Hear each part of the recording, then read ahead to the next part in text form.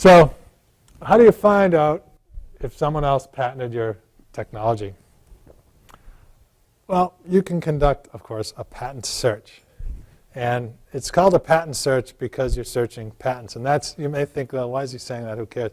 Well, there's another kind of search that people confuse this with. And that's a prior art search. And we'll talk about that later. That prior art search is whether something's patentable. Different issue, very confusing to a lot of people. Let's just, again, stick with patent search. We want to make sure we have freedom to operate. And that's the legal jargon that everybody says. They want to have freedom to operate, freedom to sell their technology without anyone stealing. So you can conduct the search yourself.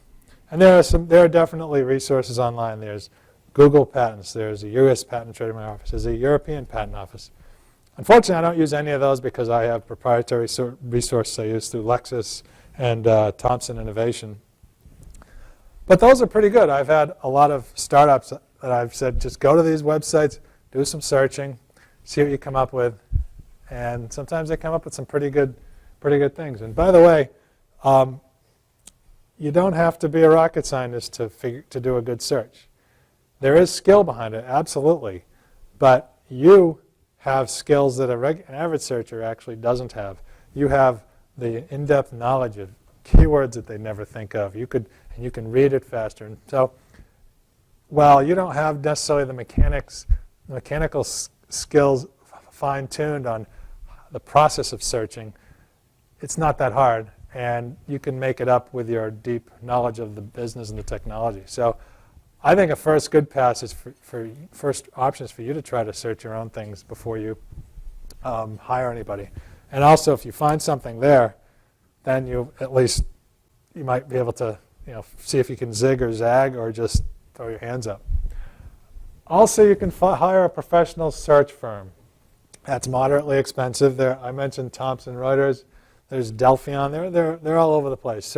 Firms where you actually have a professional searcher who you explain your invention to them, and they go off and do a search. They can charge anywhere from, well, for this freedom to operate search, it's actually a little more expensive, probably $1,500 to $5,000, thereabouts, commercial company.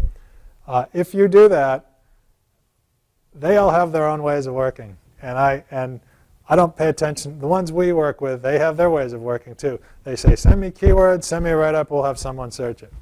And I feel very uncomfortable with that.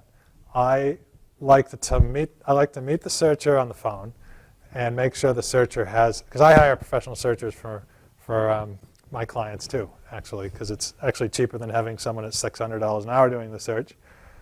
I like to meet the searcher, make sure they have the right technical and experience as searchers.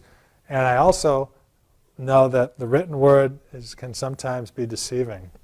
And I want to make sure they understand what they're searching. So I want to focus them right into where they're going.